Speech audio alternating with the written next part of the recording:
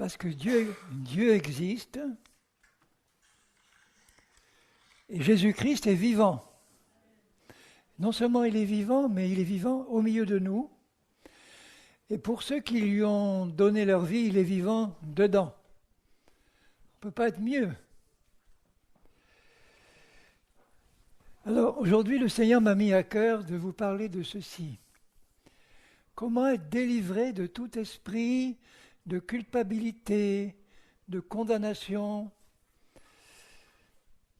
un esprit de condamnation, d'indignité, qui est une plaie pour beaucoup de chrétiens.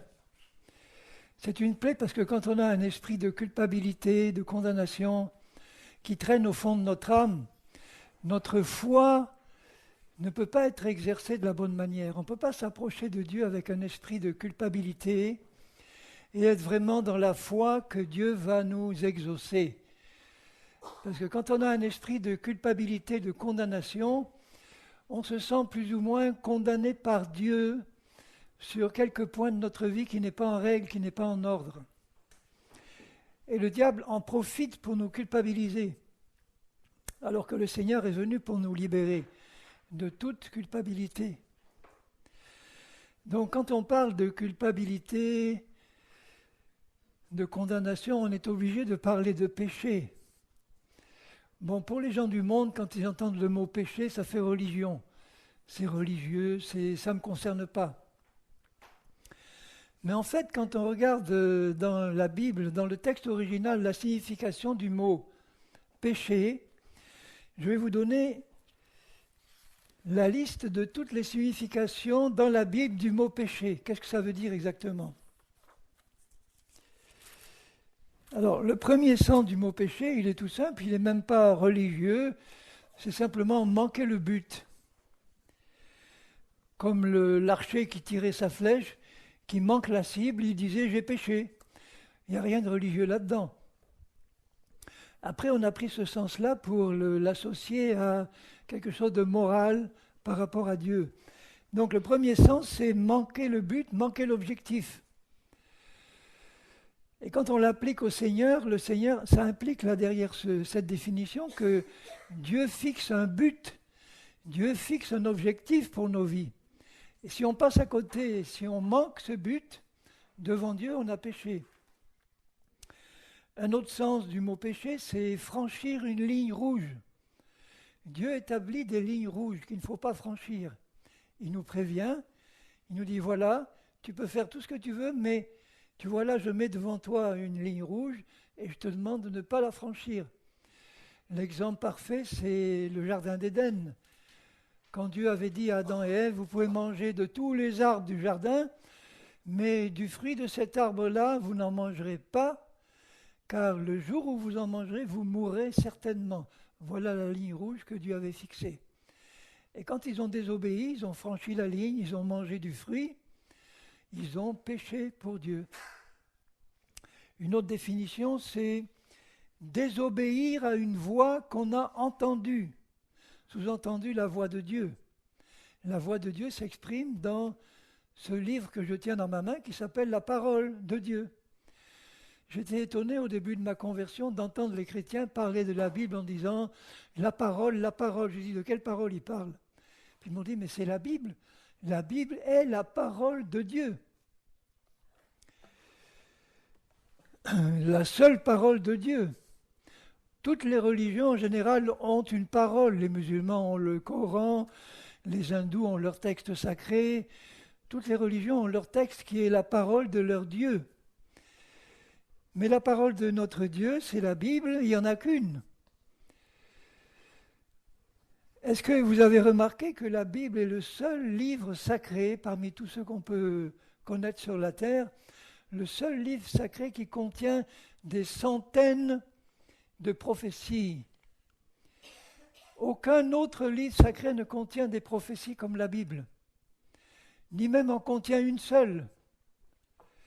Vous avez des textes de morale, de bonne morale, des avertissements de leur Dieu, des punitions que le Dieu promet ou que des récompenses que leur Dieu promet, mais des prophéties données quelquefois des centaines d'années avant, des prophéties, mais exactes au détail près.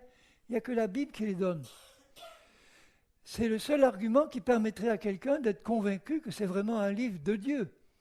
Des prophéties, imaginez Ésaïe, qui 700 ans avant prophétise exactement ce qui va se passer sur la croix au détail près, qui annonce la mort, la résurrection du Messie à venir.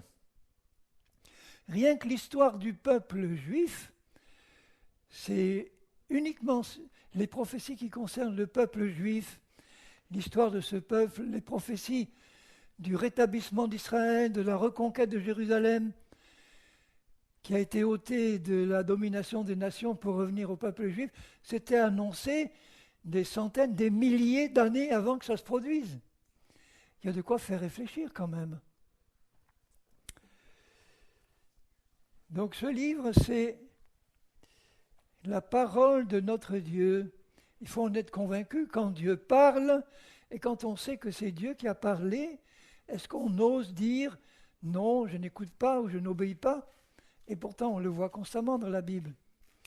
Le propre peuple de Dieu, le peuple hébreu, avait entendu audiblement la voix de Dieu devant le mont Sinaï et ils n'ont pas obéi.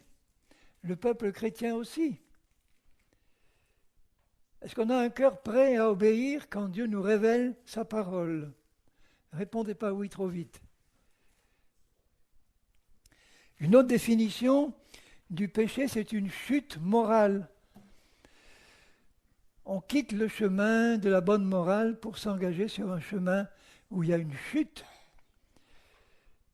On tombe entre les mains de celui qui n'a aucune morale et on connaît son nom. Une autre définition de péché, c'est l'ignorance de ce qui aurait dû être connu. Nul n'est censé ignorer la loi, on dit chez nous.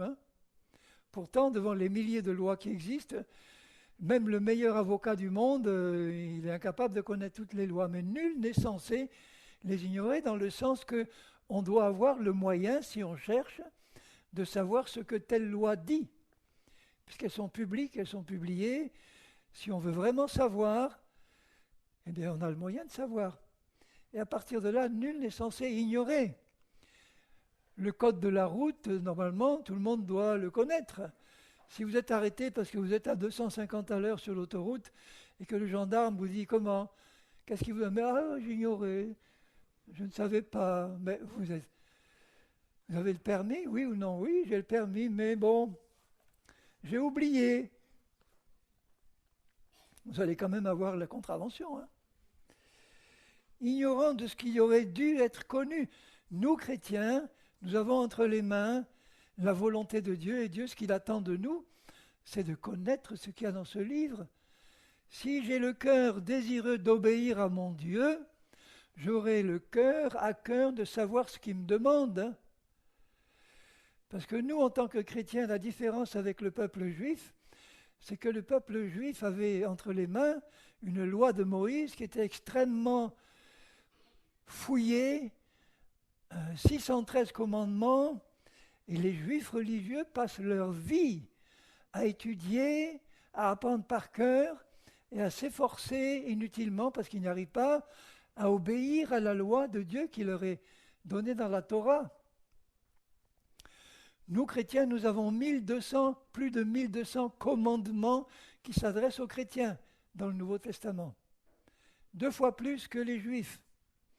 Est-ce qu'on va passer notre vie à étudier, à apprendre par cœur et à essayer d'obéir à ces 1200 commandements ? On n'y arrivera pas. La différence entre le peuple juif et nous, c'est que nous, par la nouvelle naissance, Dieu nous a rendus capables d'obéir naturellement à tous les commandements de la loi de Dieu dans le Nouveau Testament, pourvu qu'on sache comment. Si vous ne le savez pas, je passerai un petit moment à l'expliquer. Une autre définition du péché, c'est le refus d'obéir, ou le refus d'obéir complètement, on obéit partiellement mais pas complètement, à ce qui aurait dû être observé, un commandement de Dieu qui aurait dû être observé. Ça, c'est le cas le plus grave parce qu'on on est conscient, on sait que Dieu nous a ordonné ceci, on sait qu'on doit obéir et on refuse pour toutes sortes de raisons qui sont bonnes à nos yeux et qui nous permettent de dire à Dieu, ben écoute Seigneur, j'ai compris que tu me demandes ça, mais je ne peux pas ou je ne veux pas obéir pour le moment. C'est péché. Et enfin, la non-observance d'une loi, enfin tout ceci revient un peu en résumé. Le péché, c'est manquer le but que Dieu met devant nous, c'est ne pas obéir soit par ignorance, soit par désobéissance complète à un commandement que Dieu met devant nous. Tout ceci, c'est péché. Il y a d'autres définitions du péché encore que je pourrais vous donner. Dans l'Épître aux Romains, il y en a une qui dit ceci. Là, tout le monde doit se sentir concerné. Dans Romains 14, au verset 23, « Celui qui a des doutes au sujet de ce qu'il mange ou dans n'importe quel domaine de notre vie, si tu fais quelque chose en état de doute, si tu n'es pas convaincu que tu dois le faire, il pêche, parce qu'il n'agit pas par conviction. Tout ce qui ne résulte pas de la conviction ou de la foi est péché. » Ça veut dire que si tu vas assister à ton culte dans ton église dimanche matin et que tu y vas sans conviction, déjà tu as péché pour Dieu. Vous voyez combien de fois on peut pécher dans la journée? Combien de choses on fait sans conviction? Dieu préférerait à la limite qu'on ait une conviction, mais qui est fausse parce qu'on n'est pas encore éclairé, que quelqu'un qui a un cœur partagé. Oui, peut-être bien que oui, peut-être bien que non. Je le fais, mais sans conviction. Il vaut mieux que tu ne le fasses pas. Si tu as envie de rester couché dans ton lit et d'éviter d'aller dans une réunion dans ton église, fais-le avec conviction, sans aucun esprit de culpabilité. Est-ce que tu es capable de le faire? Une autre définition dans le livre de Jacques, l'apôtre Jacques dit encore ceci, Jacques 4, verset 17, « Celui qui sait faire, écoutez bien, celui qui sait faire, donc il peut faire, il sait, il peut, celui qui sait faire ce qui est bien, et qui ne le fait pas, commet un péché. » Si tu sais faire ce qui est bien, tu as ton voisin qui est malade, tu le sais, il a besoin d'être exhorté, d'être réconforté, tu le connais, c'est ton voisin, tu sais faire ce qui serait bien et tu ne le fais pas, tu pêches.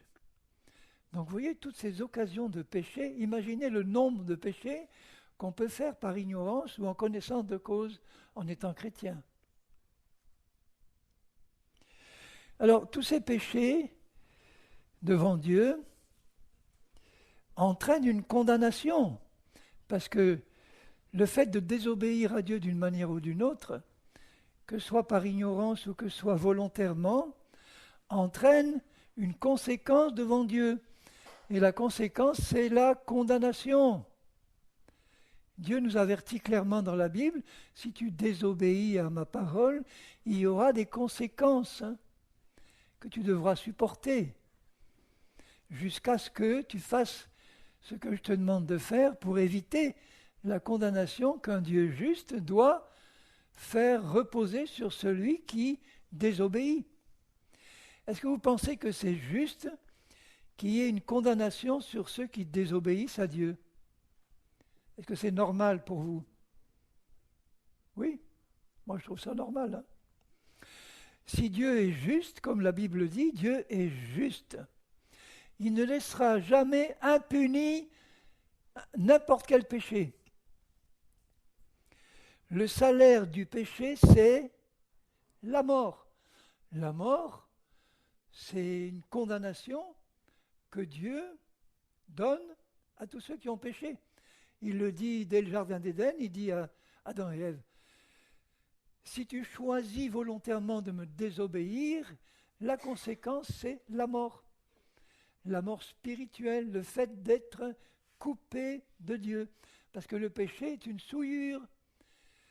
Et Dieu qui est saint ne peut plus être en contact, en communion avec quelqu'un qui est dans la souillure, dans la désobéissance. La caractéristique numéro 1 du Fils de Dieu, Jésus-Christ, Fils de Dieu, Fils éternel de Dieu, c'est qu'il s'est incarné et qu'il s'est incarné pour obéir parfaitement en tout point à la volonté de son Père. Je viens, Père, pour faire ta volonté, en tout point. Jésus a toujours obéi parfaitement à la volonté de son Père, jusqu'à la croix. C'était la volonté de Dieu. Et Jésus a obéi. Il a obéi pourquoi ? Il a obéi par amour, pas parce qu'il était forcé. De toute éternité, entre le Père, le Fils et le Saint-Esprit, ils avaient discuté de la suite du programme de Dieu, et ils savaient très bien que l'homme et la femme qu'il allait créer, semblables à eux, aussi près que possible d'eux, allaient un jour désobéir et tomber dans le péché, dans la mort spirituelle, allaient être coupés, exactement comme Satan et ses anges qui avaient été créés libres d'obéir ou de désobéir à Dieu, un jour ont décidé de désobéir à Dieu et ont été expulsés de la présence de Dieu et sont devenus Satan et les démons et les anges déchus. Eux ne peuvent plus jamais être en communion avec Dieu puisque c'était des purs esprits et quand un pur esprit pêche, il ne peut plus être racheté. Tandis que les êtres humains, il nous a donné un corps physique, notre esprit a été enveloppé d'un corps physique et c'est pour ça que Jésus a dû venir s'incarner dans un corps physique pour nous racheter dans son corps du péché de l'humanité, de manière à ce que par sa mort dans son corps physique, il puisse racheter tous ceux qu'il avait créés et qui allaient tomber dans le péché. Donc il y a un moyen de sortir de la condamnation. Dieu est juste et il condamnera le pécheur, mais il offre toujours une porte de sortie parce que dans son amour, Dieu dans son amour ne veut pas condamner et juger. Il est obligé de le faire parce qu'il est juste, mais il dit à ceux qui méritent la condamnation et le jugement, il nous dit, nous, il y a une porte de sortie si tu veux éviter le jugement et la condamnation.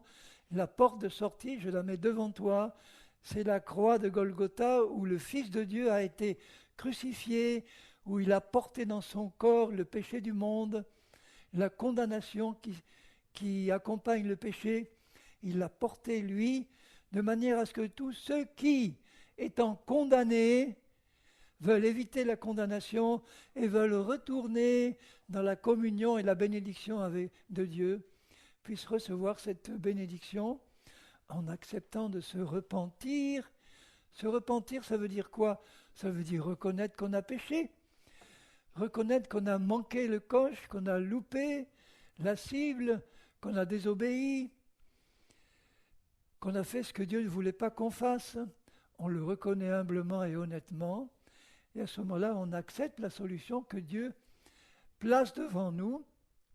Accepte dans ta vie le Sauveur du monde qui a été condamné à ta place sur la croix et tu reçois un plein pardon dans ta vie. Et le sang de Jésus efface complètement le péché que tu as commis. Tous les péchés que tu as commis. C'est ça la grâce de Dieu. Je vous lis un passage aussi qui doit nous concerner tous dans Romains. L'épître de Paul aux Romains,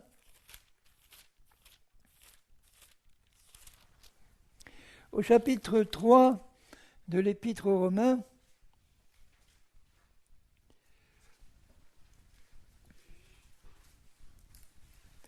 au verset 9, Paul dit ceci, « Quoi donc ?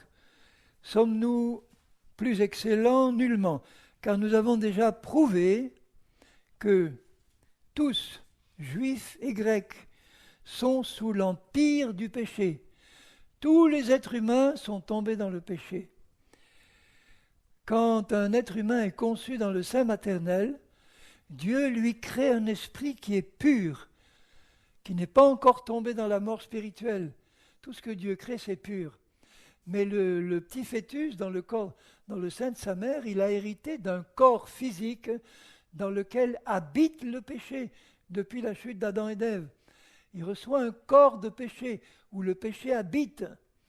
Et quand le petit enfant a l'âge de raison, où il commence à désobéir en connaissant de cause, vers 5, 6, 7, 8 ans, enfin ça dépend, là son esprit tombe dans la mort spirituelle et il a besoin de passer par une nouvelle naissance, par la repentance et la foi en Jésus.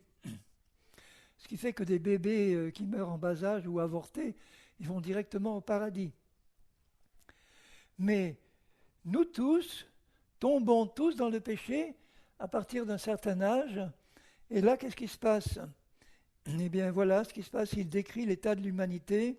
Tous sont sous l'empire du péché, selon qu'il est écrit au verset 10, il n'y a point de juste, pas même un seul sur la terre. Nul n'est intelligent, nul ne cherche Dieu. Donc en fait, ceux qui disent avant de se convertir, moi j'ai cherché Dieu toute ma vie, c'est faux. C'est Dieu qui les cherche. Et c'est Dieu qui parle à leur cœur pour leur dire, il faut que tu cherches la vérité, il faut que tu cherches une réponse vraie à toutes les questions que tu te poses. Ce n'est pas eux d'eux-mêmes qui pensent à cela, c'est Dieu qui met dans leur cœur de tous les hommes cette pensée. Il faut que tu aies une bonne réponse à toutes les questions que tu te poses là dans ton péché. Est-ce que tu cherches vraiment à avoir une réponse vraie? À pas vivre dans le mensonge ou des fausses réponses. Et ceux qui veulent dans leur cœur, dans leur péché, chercher une réponse vraie aux questions qui se posent, sincèrement, Dieu voit leur cœur. Et qu'est-ce qu'il fait à ce moment-là? Il les attire à Jésus. Jésus est la vérité. C'est Jésus qui a la vraie réponse. Et Dieu les attire. Nul ne cherche Dieu, tous sont égarés, tous sont pervertis. Il n'y en ait aucun qui fasse le bien. Quelle que soit ta bonne éducation, ta bonne morale, c'est pas ça que Dieu appelle bien. Aucun qui fasse le bien. Pas même un seul. Leur gosier est un sépulcre ouvert. Ils se servent de leur langue pour tromper. Ils ont sous leurs lèvres un venin d'aspic. Leur bouche est pleine de malédiction, d'amertume. Ils ont les pieds légers pour répandre le sang. Alors toi qui te crois bien là, toi qui te crois bien, voilà la description que Dieu te donne de ta vraie nature.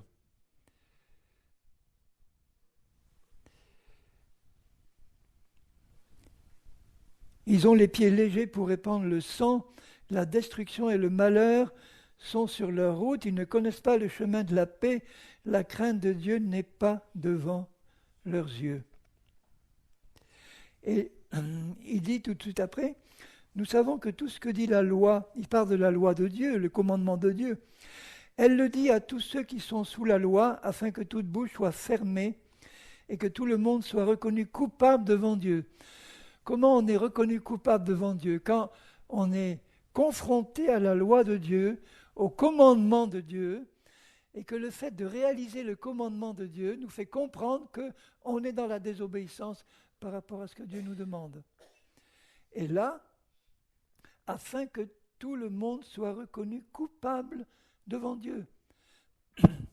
Notre salut commence par là. Qu'on se sente coupable devant Dieu, mais pas qu'on y reste dans cette culpabilité-là. On se sent coupable devant Dieu parce que la loi de Dieu, le commandement de Dieu qui nous est présenté nous confronte à notre désobéissance, à notre péché, et là, on réalise qu'on est coupable devant Dieu. Et quand on réalise qu'on est coupable devant Dieu, qu'est-ce que Dieu attend de nous? Qu'on le reconnaisse. Seigneur, je suis coupable devant toi. Je le vois maintenant, je le reconnais. Et là, le cœur de Dieu se réjouit. Parce que si on se reconnaît coupable devant Dieu, c'est que Dieu place devant nous tout de suite la solution à cette culpabilité. Mais mon fils Jésus a été condamné, a accepté d'être coupable alors qu'il n'avait rien commis de mal. Il a accepté d'être reconnu coupable à ta place parce que d'avance sur la croix, il a porté tous tes péchés. passé, présent et futur. Tous ces péchés que je viens de décrire, tous ces péchés commis par désobéissance, par ignorance, par manque de conviction, parce qu'on n'a pas fait ce qui était bien, on a fait ce qui était mal, tous ces péchés-là, sans une seule exception, Jésus les a portés à ta place pour recevoir sur lui la condamnation, le jugement que nous aurions dû recevoir. Voilà la grâce et l'amour de Dieu. Donc à partir de ce moment-là, prenez l'exemple de quelqu'un qui n'est pas converti, qui est placé devant le message de l'Évangile qui dit « Tous les hommes sont pécheurs, donc toi aussi tu es pécheur. Ne te crois pas bien, tu es pécheur. » C'était mon cas. Moi, vous ne pouvez pas imaginer à quel point je me croyais bien avant ma conversion. Je me croyais bien. Beau, intelligent. Vous voyez la séduction, hein? Ayant tout réussi dans la vie, ayant été au plus haut dans mes études. Bon, je ne vous donne pas le détail, parce que tout ça, c'est de la boue. Mais il y a de quoi se sentir bien. Bonne famille, beau mariage, tout bien. Et là, tu entends un message où il dit, pas un juste, pas même un seul, langue d'aspic, tu ne cherches pas la vérité, tu te crois bien, tu es dans le péché, tu es condamné à mort. Il faut annoncer la vérité. Il ne faut pas caresser les pécheurs dans le sens du poil. Il ne faut pas leur parler tout de suite de l'amour. Oh Jésus t'aime tel que tu es, tu peux continuer à pécher, il continuera à t'aimer. Oui, il nous aime tel qu'on est. Mais le vrai message, c'est que Dieu est juste, il doit condamner le pécheur, donc toi, pécheur, là qui viens devant Dieu, eh bien je te dis avec amour que tu es sous la condamnation à mort, et que si tu ne te repens pas, si tu n'acceptes pas l'action du Saint-Esprit qui veut te faire reconnaître ton état, tu es sous le jugement de Dieu. Ah bon? J'ai écouté l'évangile donné par quelqu'un qui était mort 3 heures, qui avait vu Dieu face à face, qui avait vu le ciel, l'enfer, qui avait entendu dans l'enfer les cris des perdus, et qui avait entendu derrière lui la voix de Jésus, une voix de tonnerre, dire aux perdus de l'enfer, « C'est trop tard pour vous maintenant, trop tard, trop tard. » Parce que je vous ai donné toute occasion quand vous étiez en vie pour vous repentir, vous avez refusé jusqu'au bout, et vous êtes maintenant sous le juste jugement de Dieu. Et lui était là tout tremblant.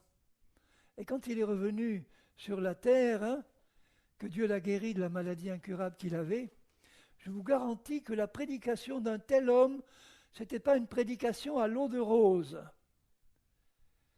Il fallait ça pour moi. Ça m'a convaincu de pécher. Et dans mon cœur, je dis simplement à Dieu, Seigneur, je réalise que je suis pécheur, et je réalise que Jésus est mort pour moi. Je ne peux pas vous garantir que j'ai accepté Jésus avec un maximum de bonnes raisons. La première, c'est que j'étais content d'avoir évité l'enfer, que j'avais réalisé que tout bien que j'étais à mes yeux, je méritais d'aller en enfer si j'étais mort là. Et que Dieu, par amour pour moi, avait envoyé son Fils pour prendre le jugement qui m'évitait l'enfer. Bon, évidemment, l'amour de Dieu était derrière, qui inspirait ceci. J'ai simplement dit, pardon Seigneur, oui, dans mon cœur, voilà, je reconnais. Je n'ai pas versé de larmes, je ne me suis pas effondré, je ne me suis pas mis à genoux, les bras en l'air. Ça peut arriver, tant mieux pour ceux qui le font. J'ai simplement, sans rien bouger extérieurement, dans mon cœur reconnu que j'étais pécheur et accepté Jésus. Et j'ai senti dans mon cœur simplement une chaleur descendre, une chaleur, une paix. Mais ça a été une décision ferme de ma volonté au service de Dieu.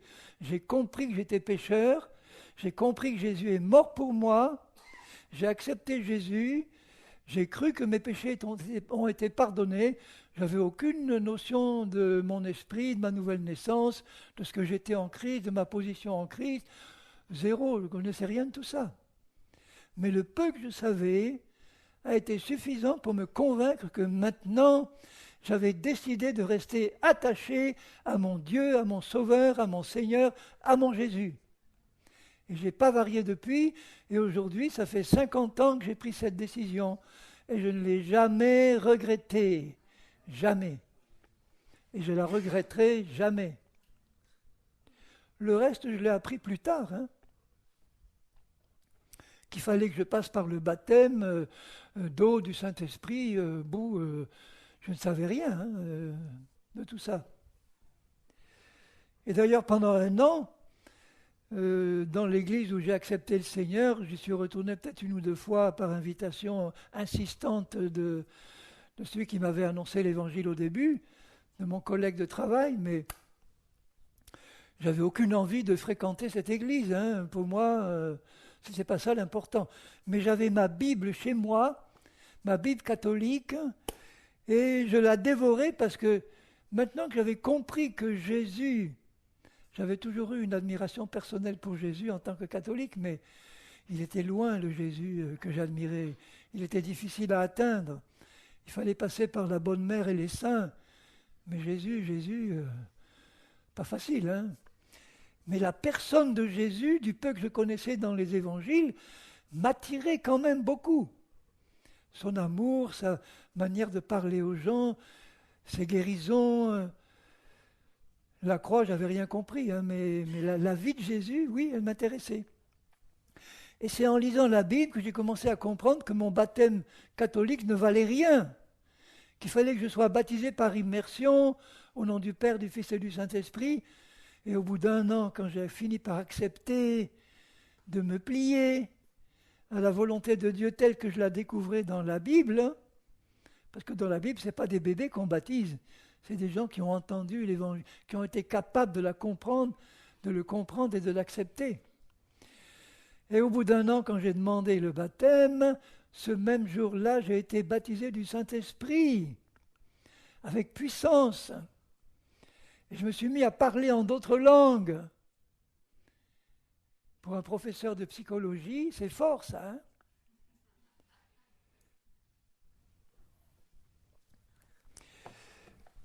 Honnêtement, la psychologie m'éloignait de la connaissance du péché. Vous avez entendu parler de péché en psychologie? Vous avez entendu des psychologues vous dire tu as péché? Sauf s'il est chrétien. Non, il dit bon, tu n'es pas parfait, tu as un problème, tu as un complexe d'infériorité. Ce n'est pas mon cas. Moi, j'avais plutôt le contraire. tu as un complexe de supériorité.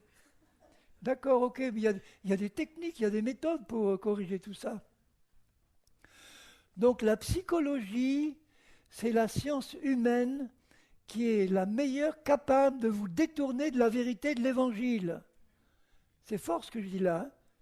Et en connaissance de cause, parce que j'ai enseigné la psychologie à l'université, et tout le but de la psychologie, c'est de développer le moi. De développer le moi. Mais de quel moi on parle? Du moi pécheur. Du moi du pécheur. De développer le moi du pécheur, de lui enlever tout ce qui peut l'empêcher de se manifester pleinement. Alors je préfère un pécheur qui est complexé et bloqué qu'un pécheur qui est libéré de toute contrainte, où il va pouvoir exprimer pleinement sa nature de péché. Eh bien, c'était mon cas.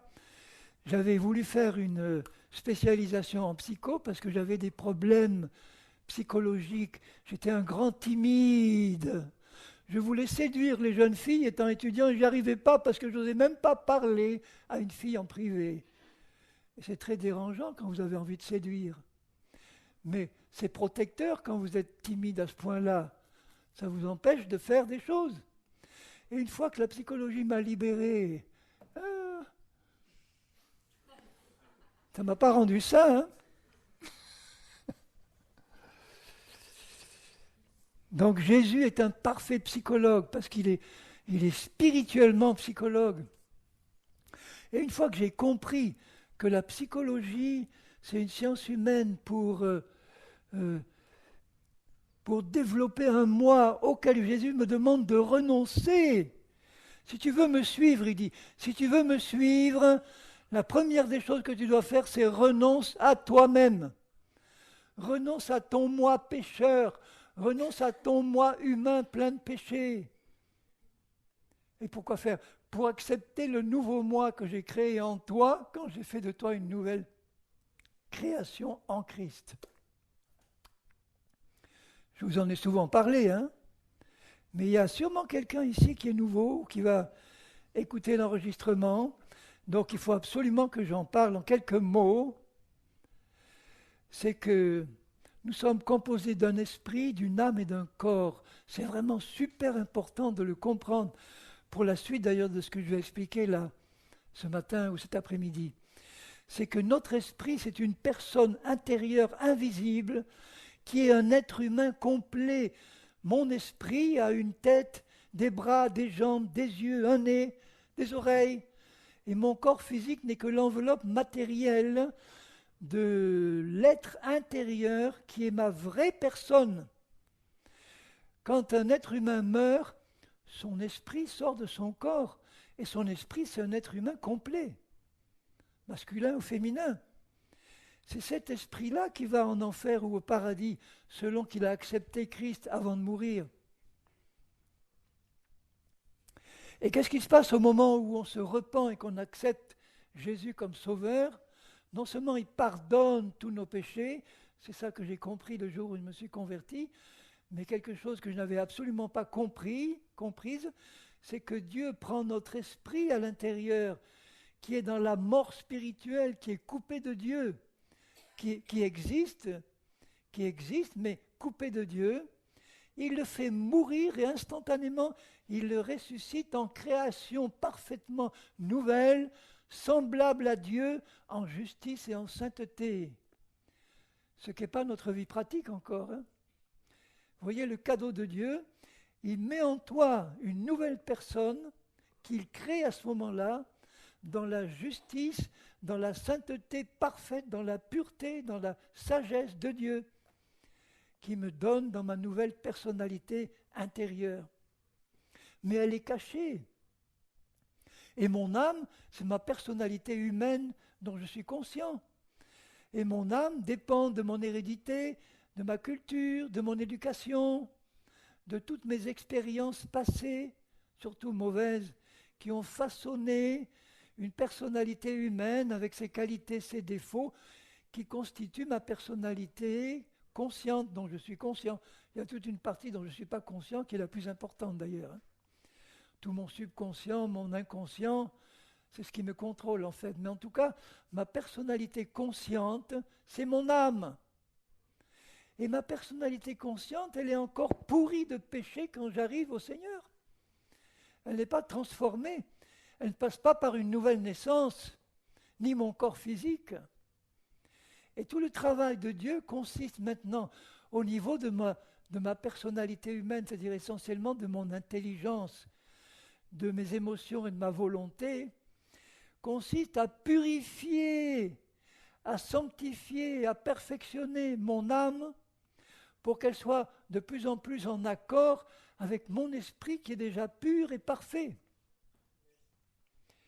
Et plus mon âme se perfectionne, plus elle devient un instrument qui permet de manifester la perfection de mon esprit. Il dit par exemple dans l'épître aux Hébreux, l'auteur de l'épître aux Hébreux dit ceci, dans Hébreux 10, on parle de condamnation, d'esprit de condamnation et de culpabilité. Hein. Dans Hébreux 10, il dit ceci, verset 1er, la loi, il parle de la loi de Moïse puisqu'il parle à des Hébreux, mais on peut l'étendre à toute la loi de Dieu en général. La loi qui possède une nombre des biens à venir, là il parle de la loi de Moïse, et non l'exacte représentation des choses, ne peut jamais,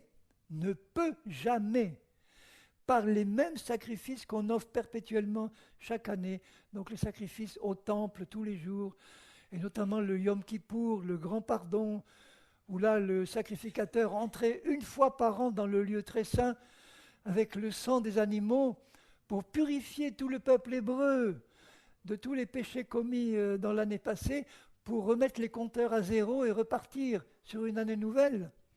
Mais rien de tout ça ne suffisait à purifier les consciences, ne peut jamais amener les assistants à la perfection. Autrement, n'aurait-on pas cessé de les offrir, ces sacrifices? Parce que ceux qui rendent ce culte étant une fois purifiés, une fois pour toutes, n'auraient plus aucune conscience de leurs péchés. Ah voilà, c'est ça qui est important. Le problème des chrétiens qui arrivent et qui demandent pardon pour leurs péchés, ils peuvent croire que leurs péchés sont pardonnés, mais souvent, ça leur est difficile de croire vraiment que tout a été complètement effacé. Parce qu'ils voient bien dans leur vie pratique qu'ils ne sont pas parfaits, qu'ils continuent à pécher. Même s'ils demandent pardon. Ils demandent pardon, Jésus dit 70 fois, 7 fois par jour. Ça fait quand même 490 fois par jour. Ça fait quand même beaucoup, hein? Eh bien, Dieu est prêt même à aller au-delà. Chaque fois que tu reconnais un péché, tu es pardonné. Tous les péchés qu'on ne connaît pas, ils sont sous le sang de Jésus. Les péchés dont on est conscient, il nous demande de les reconnaître devant lui. Le sang de Jésus les efface. Mais comme notre âme n'est pas parfaite, l'ennemi en profite pour mettre dans notre cœur un sentiment de culpabilité, de condamnation, alors qu'on n'a pas encore commis. Imaginez un chrétien qui est encore charnel, qui est encore loin d'être parfait dans sa vie pratique. Il a demandé pardon pour tous ses péchés. Il vient de se convertir. Donc s'il vient de se convertir, il a dit « Seigneur, pardonne tous mes péchés. Le sang de Jésus efface tout ça. » Il commence une vie chrétienne où normalement il n'a plus aucun péché, non confessé, non effacé. Mais 5 minutes plus tard, il va commencer à pécher. Et il dit, oui Seigneur, je te demande pardon. 10 minutes plus tard, un autre péché. Je le reconnais. Il y a un esprit de culpabilité qui est facile pour le malin de lui donner, parce que tu vois, tu pêches tout le temps. Tu es un mauvais chrétien. Tu vas t'arrêter de quand de pécher. Ça met un fardeau sur le cœur, sur l'âme. On traîne quelque chose parce qu'on n'a pas conscience de ce que c'est qu'il dit là. Une conscience, n'avoir plus jamais conscience de leur péché. Une fois que tu as confessé un péché, il est effacé, tu n'as plus à avoir conscience quelconque d'une culpabilité concernant ce péché-là. Ils sont effacés. Oui, mais j'ai recommencé. Tu l'as reconnu, c'est effacé. Pourquoi tu vas traîner encore une culpabilité de ton passé quand tu l'as confessé au Seigneur? Je connais des tas de chrétiens qui vivent sous une condamnation permanente à cause de leur passé, même qu'ils ont confessé. Il dit oui, mais tu ne peux pas savoir ce que j'ai été. Je connais par exemple un ancien commando de marine. Vous savez, dans les commandos de marine, ils n'ont pas fait que... Ils ont tué, ils ont fait des guerres, ça a été épouvantable, ce que certains ont pu connaître comme atrocité. Il a confessé ça, d'accord, mais tu ne veux pas savoir quand même, mon passé, ça pèse. Je dis, mais ton passé, il est sous le sang de Jésus. Qu'est-ce que tu vas remettre ça? Oui, d'accord, mais quand même, c'est quand même moi qui ai commis ça. Oui, mais Jésus a payé ça sur la croix. Oui, mais ça pèse quand même. Je dis, mais quand est-ce que tu vas te débarrasser de ton passé? Ah, il y a des claques qui se perdent, hein? Ça, c'est ma méthode, hein? Mais quand est-ce que tu vas te débarrasser de ton passé? Il est dans la tombe, il est sous le sang de Jésus. Mais je reçois constamment des mails, des SMS, des chrétiens, je ne connais pas mes frères, oui, tu ne peux pas savoir ce que j'ai commis. Oui, mais est-ce que Jésus a payé, oui ou non? Oui, mais enlève le mais. Oui, c'est payé, c'est effacé. Il dit là un peu plus loin, toujours dans le même chapitre, il dit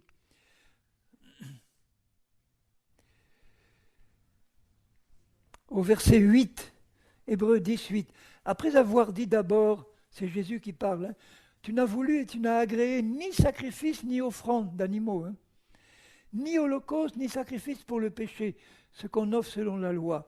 Et il dit ensuite, voici, je viens pour faire, ô Dieu, ta volonté.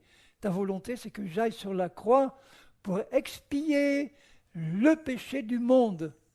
Le péché du monde qui comprend tous les péchés de tous les hommes, de tous les temps, du premier homme au dernier. Jésus a expié tout sur la croix, une fois pour toutes. Le châtiment qui nous donne la paix avec Dieu est tombé sur lui. Donc la condamnation, la culpabilité, la condamnation, le châtiment qui devait venir sur nous est tombé sur lui.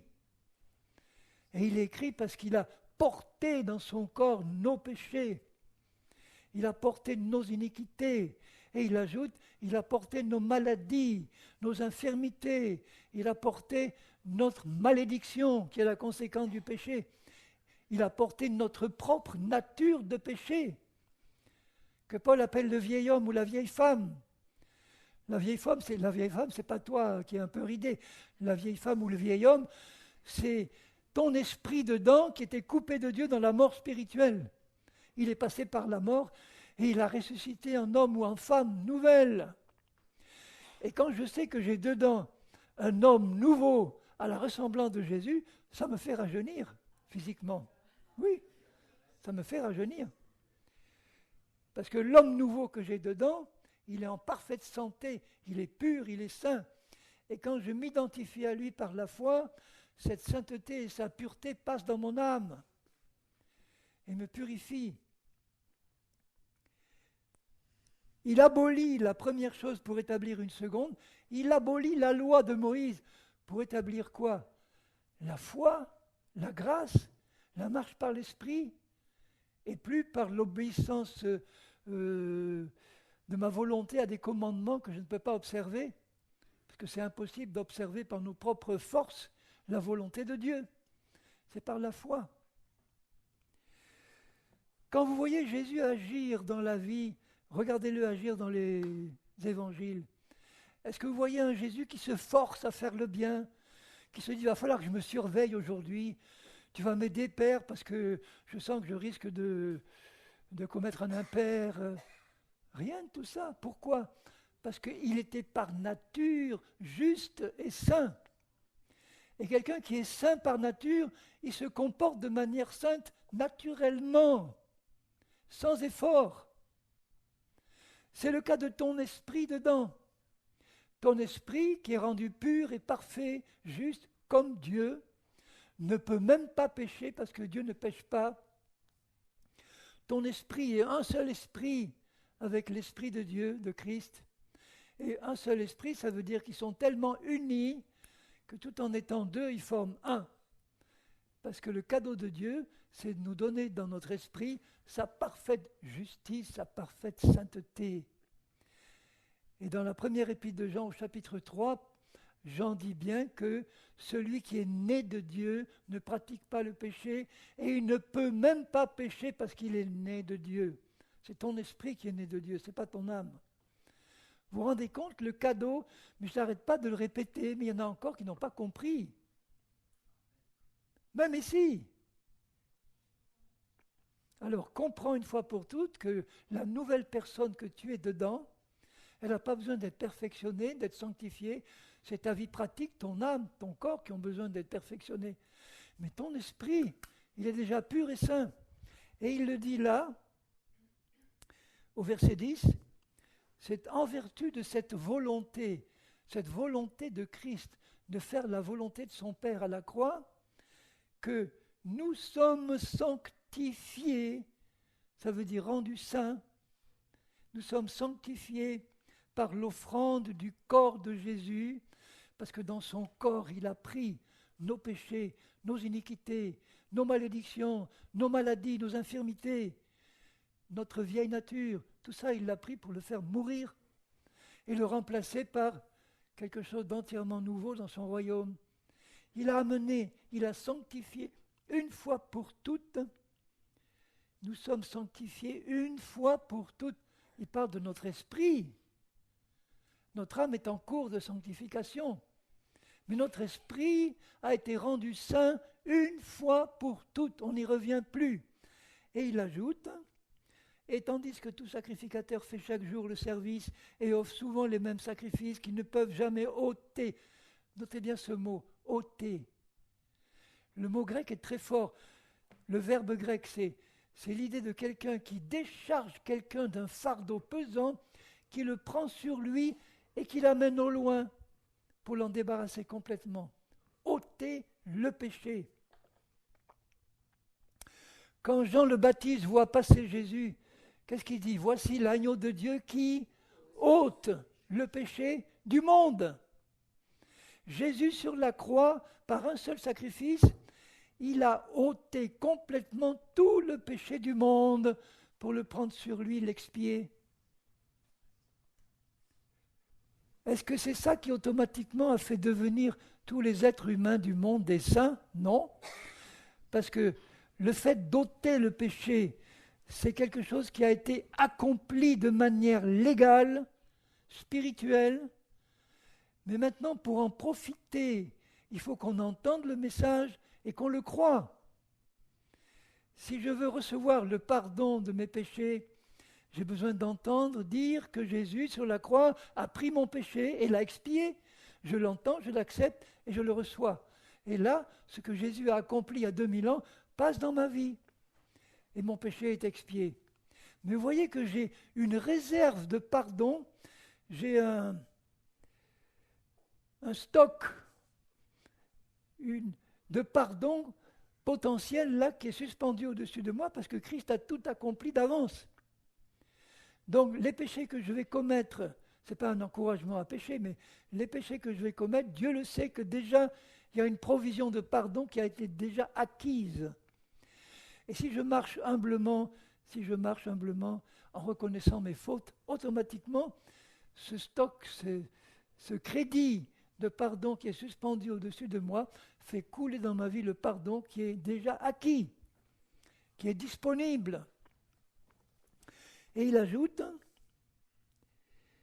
au verset 12, « Lui, après avoir offert un seul sacrifice, celui de son corps, pour les péchés, s'est assis pour toujours à la droite de Dieu, et nous sommes assis en Christ à la droite de Dieu dans le ciel actuellement, notre esprit,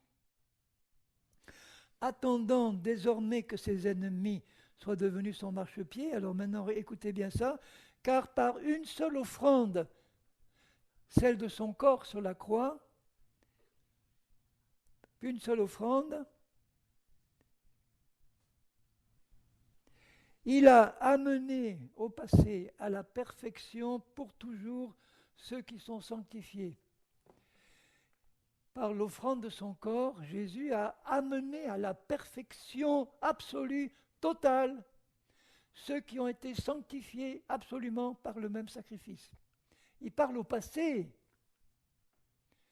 Ça veut dire que tous les chrétiens qui sont nés de nouveau par la repentance et la foi en Christ, dans leur esprit, ils possèdent une nouvelle nature qui est une fois pour toutes amenée à la sainteté et à la perfection absolue en Christ. C'est ça ta vraie nature. Dans cette nature-là, il n'y a aucun esprit de culpabilité, de condamnation ou d'indignité. Ce n'est pas possible. Parce qu'elle est semblable à Dieu, elle est passée par la résurrection.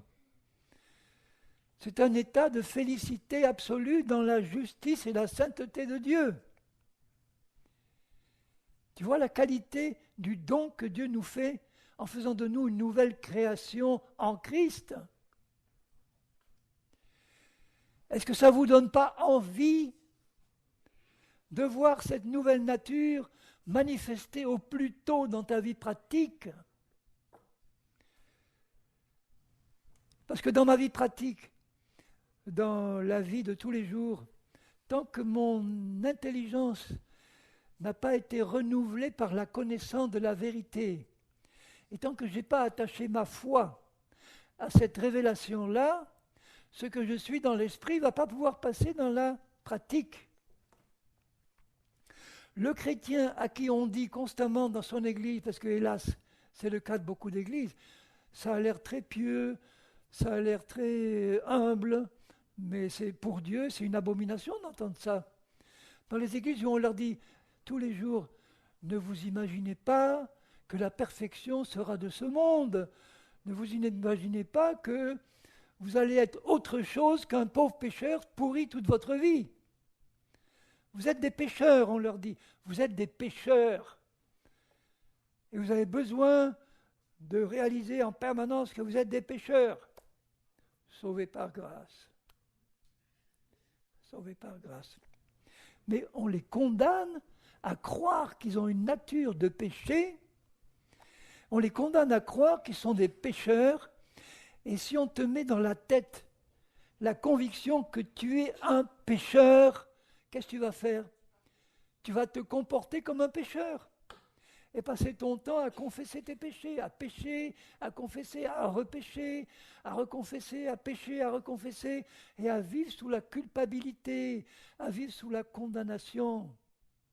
Et le diable en profite pour te canarder, te montrer du doigt, encore, regarde ce que tu as fait, tu n'aurais pas dû faire ça, tu aurais dû faire ça.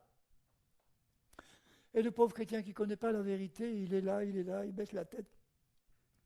Et oh, vivement l'enlèvement. Ouh.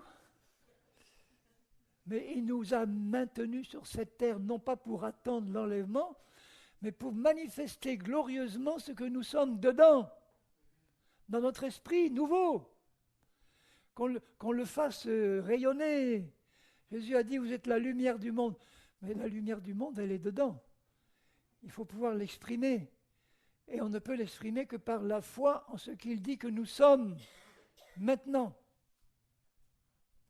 Si tu commences à croire que dans ta vraie nature maintenant, tu es une personne juste et sainte comme ton Dieu, que tu le réalises et que tu le crois, qu'est-ce qui va se passer? Eh bien, la nouvelle personne va commencer à sortir d'abord le bout du nez, ensuite la tête, ensuite un bras, ensuite l'autre, et ensuite pleinement manifester comme Jésus. C'est ça qu'il veut. C'est ça dont l'Église et le monde ont besoin, de la manifestation des fils de Dieu qu'il a créés en nous.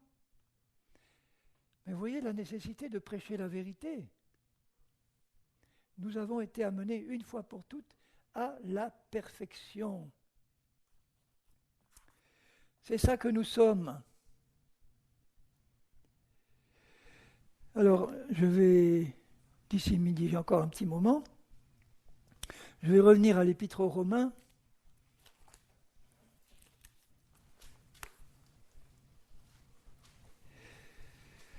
Romains 5. Romains 5. 1. Étant donc justifiés par la foi. Justifié, ça veut dire rendu juste. Abraham, notre père, a été justifié par la foi qu'il a attachée aux quelques paroles que Dieu lui avait adressées personnellement. Abraham n'avait pas de Bible, il n'avait pas la Torah, il n'avait rien, ni le Nouveau Testament. Mais Dieu lui était apparu pour lui donner quelques paroles. Abraham, tu auras un fils, et par ce fils, toutes les nations seront bénies, parce que tu m'as fait confiance. Il a fait confiance à Dieu. Pourquoi? Parce que lui qui était d'une famille d'idolâtres là-bas en Chaldée, lui qui était d'une famille d'idolâtres, mais il avait un cœur sûrement qui cherchait la vérité. Dieu lui est apparu et il savait que c'était le vrai Dieu, le seul Dieu, il n'y en a qu'un, qui lui apparaît pour lui parler. Et ayant su que c'était le vrai Dieu qui lui parlait, il a fait confiance à la parole que Dieu lui avait adressée. Et Dieu lui a dit, parce que tu as fait confiance à ma parole, parce que tu as cru, je te déclare juste. Ça veut dire qu'il a fait passer à ce moment-là son esprit par une nouvelle naissance. Parce que dans la vie pratique, il n'avait pas encore manifesté pleinement la justice qu'il avait reçue dans l'esprit. Il a laissé Pharaon aller piquer sa femme et lui recevoir les cadeaux de Pharaon. Bon, c'est pas tellement glorieux comme attitude, hein. Et d'autres imperfections humaines, mais dans son cœur, il avait un cœur pour son Dieu. Il avait le désir d'obéir au peu qu'il avait de la révélation de Dieu. Nous, on a une pleine, entière révélation. Vous vous rendez compte de tout ce qu'on a, nous, par rapport à ce qu'Abraham avait? Mais si on a la même attitude qu'Abraham dans notre cœur, Seigneur, ce que je découvre dans ta parole, ce que ton esprit me révèle, ce que j'ai compris maintenant, je le reçois. J'attache ma foi à ce que tu me montres. Je le crois. Eh bien, il a été déclaré juste. Juste. Par sa foi, en la parole que Dieu lui avait adressée. Et là, il parle aux chrétiens et il dit, étant donc justifiés, rendus justes, nous aussi par la foi, en ce que Dieu nous dit, tu es pécheur, tu es condamné, mon fils est mort à ta place. Tu entends? Repens-toi. D'accord, je l'accepte. Je te déclare juste. Mais on n'est pas encore juste sur le plan pratique. On est juste dans notre esprit. Mais on doit le comprendre, l'accepter et nous glisser par la foi dans cette position spirituelle, céleste. On doit vivre dans le ciel avec les pieds sur terre. Vivre dans le ciel, ça veut dire ayant compris qui nous sommes en Christ en tant que nouvelle créature, réaliser, méditer que nous sommes en fait dans le royaume de Dieu, déjà dans notre esprit. Ce qui fait que le royaume de Dieu est en nous aussi, puisque notre esprit est aussi en nous. Il est en même temps en Christ, et Christ est assis à la droite du Père, mais il est aussi en nous, et nous sommes en lui. Donc on est à la fois assis à la droite de Dieu en ce moment même, et le royaume de Dieu est aussi en nous, puisque notre esprit est aussi en nous. Et notre esprit est en Christ, notre esprit est dans le royaume de Dieu. Notre esprit a le même statut que tous ceux qui sont morts actuellement en Christ et qui sont autour du trône en train de louer Dieu, maintenant. Tous les sauvés qui sont morts, qui attendent la résurrection, leur esprit est parfait dans le ciel. Dans le ciel, personne fume, personne vit en concubinage, personne se dispute, tout le monde est saint, tout le monde est juste, parce qu'ils sont tous dans l'état parfait où Dieu les a créés lorsqu'ils se sont convertis quand ils étaient sur la terre. Mais notre esprit actuellement, il est dans le même état que le leur. Est-ce que vous réalisez que votre esprit régénéré, mais essayez de vous imaginer ce que ça peut être, est dans le ciel de Dieu, dans le paradis de Dieu, en Christ, dans le même état de justice et de perfection que l'état de tous les saints qui sont morts et qui sont autour du trône de Dieu. Il est dans le même état de sainteté.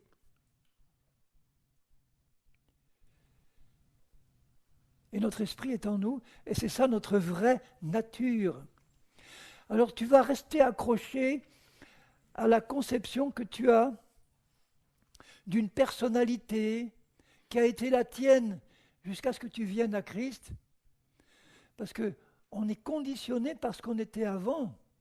On a dans la tête un conditionnement qui fait que quand on arrive à Christ, on a dans la tête la conception qu'on a de notre nature humaine. Pour nous, c'est ça notre nature. Et il y en a qui sont tellement accrochés à ce qu'ils connaissent d'eux-mêmes dans leur nature humaine, qu'ils ont beaucoup de mal à se détacher de ça pour accepter la vérité de ce qu'ils sont dans l'esprit. Ne vous laissez pas distraire, hein? Sinon, je répète. Ne vous laissez pas distraire, je parle spirituellement, par tous les événements de la terre qui nous empêchent de fixer nos yeux sur ce que nous sommes en réalité en Christ. On a besoin de méditer sur notre nouvelle personnalité, parce que l'ancienne, elle va disparaître complètement. Dans le ciel, il n'y a plus rien de notre ancienne personnalité, dans ses impuretés, dans ses imperfections, qui va rester. Tout ça est en train d'être perfectionné. Mais ça peut aller très vite dans la vie du chrétien qui n'a pas compris la vérité de ce que je viens d'expliquer. Sa sanctification va prendre beaucoup plus de temps. Ça va être beaucoup plus pénible que celui qui a compris qu'il s'agit juste de changer de conception, de personnalité. Je réalise que la personne que j'étais jusque-là, elle est morte et enterrée en Christ. Il ne faut pas que je la garde vivante. Je renonce à mon vieux moi, je renonce à ce que j'étais avant, mais je ne peux pas renoncer à ce que j'étais avant si Dieu ne m'a pas révélé qui je suis maintenant en Christ. Pour que je puisse dire, mais quand je compare les deux, je compare ce que j'étais jusque-là dans ma personnalité humaine, avec encore tous ces défauts, toutes ces choses-là qui ne sont pas belles. Et en face, je mets la nouvelle personne que Dieu me révèle, que je suis en Christ. Il me l'a décrit dans sa parole. Je ne la sens pas, je ne la vois pas, mais il me l'a décrit. Et il me dit, c'est ça ta vraie personne. Tu as l'ancienne, tu as la nouvelle. Qu'est-ce que tu choisis maintenant? Tu veux rester collé à ta vieille peau pourrie, là? C'est ça que tu veux? Il y avait un supplice romain qui consistait, quand quelqu'un avait tué quelqu'un, il prenait le cadavre, il l'attachait sur le dos du meurtrier, et il devait vivre avec ça jusqu'à ce que le cadavre pourrisse complètement. C'était pas gai comme supplice. Hein. Mais il y a des chrétiens qui tiennent sur leur dos leur cadavre, leur vieille personne qui a été mise à mort en Christ. Elle est en train de pourrir là, mais ils sont attachés. Ah, c'est moi, c'est moi, c'est moi. Alors de quel moi tu parles? Du nouveau ou du vieux? Mais je vous assure qu'il y en a qui ont du mal à décroter, à se décroter de leur vieille personne. Pourquoi? Parce qu'on n'a pas fait resplendir sous leurs yeux la beauté de la nouvelle création. Mais une fois que tu as compris que devant toi, tu as une personne qui existe dedans, qui est encore cachée, mais qui est aussi belle que Dieu et Jésus, en comparant avec ce que tu es encore, il n'y a pas photo. Il n'y a pas photo. Tu serais vraiment idiot ou idiote de dire « Ah, je veux rester collé à ma vieille personnalité. Hein, parce que je ne la vois pas, l'autre. » Renonce à toi-même, charge-toi chaque jour de ma croix, dit Jésus, de ta croix à toi. Ta croix, c'est un instrument de mise à mort de tout ce qui doit être mis à mort dans ta vie actuellement. Dans ton caractère de cochon, dans ta jalousie, dans ta colère, ton animosité, dans toutes ces choses qui viennent de la chair de Satan et du passé qui sont encore incrustées dans ta vie pratique. Essaye pas de lutter contre pour essayer d'améliorer ça. Ça ne peut pas être amélioré. Ça doit être mis à mort et remplacé par ce qui a été ressuscité en Christ, qui existe déjà dedans. Vous avez compris? Est-ce que vous avez compris? Alors, qu'attendez-vous pour le mettre en pratique? On va passer une fin de journée magnifique. Il n'y aura que des nés nouveaux qui marchent par l'esprit. Plus d'amertume, plus de jalousie, plus de manque de pardon, plus de culpabilité. Ce qui est sûr, c'est que nous n'avons pas encore fini de mettre en règle dans notre vie pratique tout ce qui doit être mis en ordre. Parce que dans notre vie pratique, on n'a pas encore atteint la perfection. On est en voie de perfectionnement. Ça peut aller plus ou moins vite selon la foi qu'on attache à ce que nous sommes en Christ. Mais bon, on est en voie, en perfectionnement. Paul dit, je cours vers le but. Je cours vers le but, c'est la perfection en Christ. Il sait qu'il est parfait en Christ, mais il dit, je vous le lis dans Philippiens, regardez dans Philippiens, et puis après on va rester là pour ce matin. Au Philippiens 3, verset 7, les choses qui étaient pour moi des gains, ça veut dire tout ce qu'il estimait important dans sa vie humaine, dans sa vie dans le monde, même dans sa vie de juif très religieux.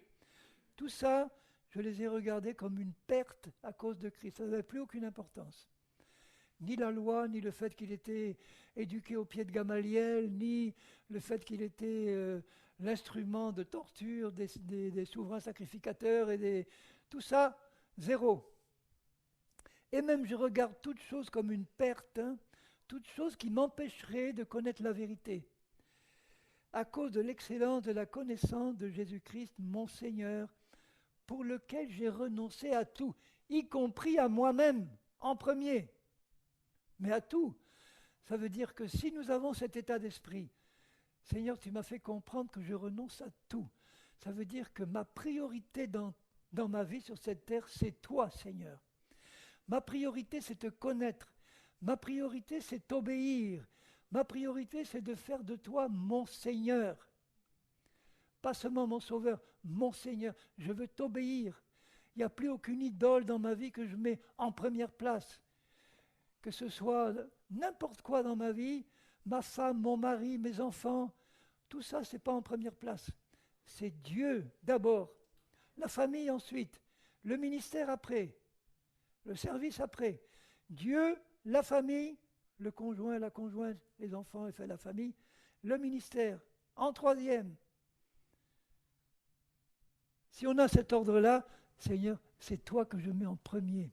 C'est toi que je veux servir, c'est toi à qui je veux obéir. Révèle-moi ta volonté parce que je veux t'obéir. Vous pensez que Dieu se fait un plaisir de me la révéler s'il voit que je veux lui obéir? C'était la mentalité que Paul avait. Je regarde tout comme de la boue afin de gagner Christ et de gagner aussi ce que je suis en Christ, ma nouvelle personne, semblable à Christ. Je veux la gagner, au sens je veux m'y installer, je veux qu'elle se manifeste dans ma vie. Et pour ça, j'ai besoin de renoncer, de mettre à mort tout ce qui vient de mon passé. J'ai renoncé à tout, je le regarde comme de la boue, comme des excréments, dit le texte grec, afin de gagner Christ, d'être trouvé en lui, non avec ma justice charnelle, humaine, mais avec la justice qui vient, celle qui s'obtient par ma justice, celle qui vient de la loi, de moi, mais avec celle qui s'obtient par la foi en Christ. Justice qui vient de Dieu par la foi, afin de connaître Christ, la puissance de sa résurrection, la communion de ses souffrances. Parce que quand on marche comme Christ sur la terre, on va être persécuté, on va être rejeté, on va être incompris, on va être torturé, mis à mort. Alléluia! Gloire à Dieu! Ça a été la vie de Jésus. Mais dans la paix, dans la joie, dans la communion avec Dieu, il n'y a rien qui vaille ça. Il y a des prophètes qui ont dit, même si le monde entier est contre moi, si j'ai Dieu avec moi, c'est bon. Comme Job, le pauvre. Il avait tout perdu. Il y avait que sa femme qui était restée, qui lui disait, maintenant, maudit Dieu et meurs. Quel encouragement! Maudit Dieu et meurs, lui dit sa femme. Et c'est la seule de sa famille qui est restée vivante. Donc il fallait qu'il ferme son oreille et puis il continue à faire confiance à Dieu. Pour parvenir, si je puis, à la résurrection d'entre les morts. Il ne parle pas de la résurrection qu'allait l'attendre à l'enlèvement ou après sa mort. Il parle de la vie de résurrection qui est dans mon esprit. Mon esprit est passé par une résurrection. Et dans la mesure où je vis par l'esprit, où je marche par l'esprit, c'est la vie de résurrection qui se manifeste de plus en plus. Ce n'est pas que j'ai remporté le prix de la perfection ou que j'ai atteint la perfection pratique. Il le reconnaît, même Paul n'avait pas atteint la perfection totale dans sa vie pratique. Mais je cours vers le but. Je n'ai qu'une idée en tête, manifester ce que je suis déjà. Manifester l'homme ou la femme parfaite que je suis déjà dedans. Je n'ai que ça comme but dans ma vie chrétienne. Tout le reste en dépend. Mon témoignage en dépend. La paix du foyer en dépend. La paix avec mes enfants en dépend. La paix avec le monde en dépend. Au sens, si je manifeste ce que je suis, je vais manifester la nature de Jésus au travers de ma vie. Et c'est ça qui compte pour Dieu. Il en a assez des campagnes d'évangélisation faites par des chrétiens charnels. La meilleure campagne d'évangélisation, c'est de montrer ce que tu es en Christ. De montrer aux autres la vie nouvelle que tu as reçue en Christ. C'est ce qu'il dit Jésus dans sa prière. Père, qu'ils soient un comme nous sommes un, pour que le monde sache que tu m'as envoyé. Qu'ils soient un dans l'esprit et dans la vie pratique. Un dans l'amour, un dans la paix. Et vous voyez que ça ne peut pas être le cas si on marche par la chair. Mais si on marche par l'esprit, on est un. On va manifester Jésus, son amour, sa joie, sa paix. On va le manifester parce que c'est ce que nous sommes déjà dedans.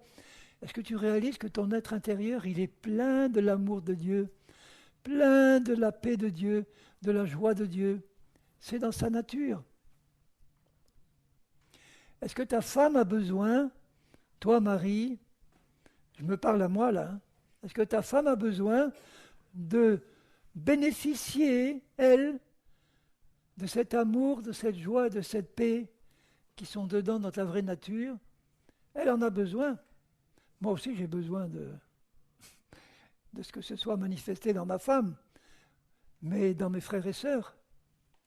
Si nous avons tous compris comment laisser sortir ce que nous sommes en Christ, mais les relations entre chrétiens, ça va devenir le paradis sur la terre. Que de l'amour, que du pardon, que de la joie, que de la paix, que le caractère de Jésus, plus d'amertume, plus de disputes, plus de jalousie, terminé.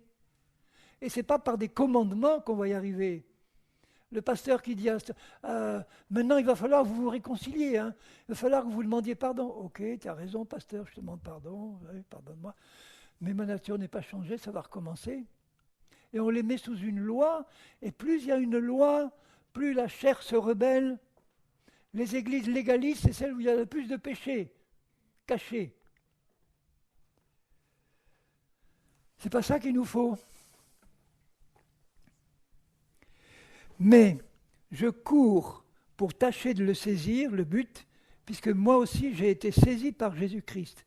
Frère, je ne pense pas l'avoir saisi, je ne pense pas avoir encore atteint la perfection, puisque moi aussi, mais je fais une. Vous voyez que Dieu n'est pas exigeant, il nous demande une chose. Pas deux, pas trois, pas 10, une. Quoi? Oubliant ce qui est en arrière, oubliant ta vieille personne, oubliant ton passé, oubliant tous tes échecs, oubliant tout ce que tu as confessé à Dieu qui a été pardonné, et me portant vers ce qui est en avant. Qu'est-ce qui est en avant? C'est Christ, c'est l'enlèvement, c'est ce qui me dit que je suis, qui n'est pas encore manifesté. C'est tout ça qui est en avant. J'ai les yeux fixés sur Jésus, j'ai les yeux fixés sur ce que je suis en lui, j'ai les yeux fixés sur la nouvelle personne que je suis en lui. Je n'arrête pas de le méditer jour et nuit, de l'absorber, de m'en imprégner. C'est comme ça que tu es, ce n'est pas la méthode Coué, c'est m'imprégner de ce que Jésus dit que je suis. Regardez à Jésus qui est le modèle. Regardez à Jésus qui est le modèle de ce que je suis en lui. Et plus je regarde à Jésus, plus je vois qui je suis en lui, plus ça devient incrusté dans mon âme, et plus je peux le vivre et le manifester aux autres et leur faire du bien.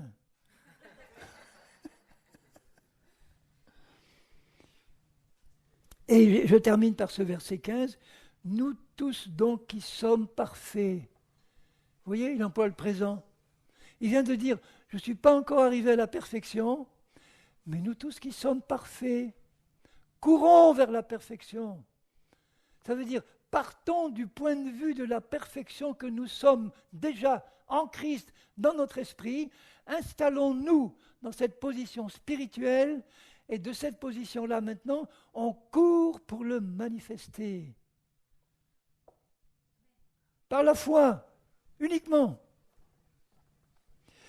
Seigneur, nous te remercions pour l'œuvre de Christ, parce que quand on a compris ce que tu as accompli pour nous, Seigneur, tu as ôté le péché de notre vie, tu as ôté le péché du monde. Et en ôtant le péché du monde, tu as ôté aussi tout esprit de culpabilité, de condamnation, parce qu'il n'y a plus aucune condamnation pour ceux qui sont en Jésus-Christ, mais qui marchent non selon la chair, mais selon l'esprit. Alors Seigneur, ma prière c'est toujours la même, c'est ouvre pleinement nos yeux, les yeux de notre entendement, notre intelligence sur l'œuvre de Christ, sur ce que nous sommes en lui. Ouvre nos yeux pour que ce que nous sommes dans l'invisible là soit constamment sous nos yeux, qu'on l'oublie jamais, qu'on y croit. Et là, Seigneur, on va voir se manifester ce que tu as accompli. Et on te remercie pour ton secours, parce que tu nous as donné l'Esprit, qui est là comme un consolateur, mais aussi comme quelqu'un qui nous aide, qui nous révèle la vérité. Merci Seigneur pour ton Esprit qui habite en nous, qui nous conduit dans toute la vérité qui libère. Et merci de bénir ton peuple, qui est là rassemblé, qui entend ta parole.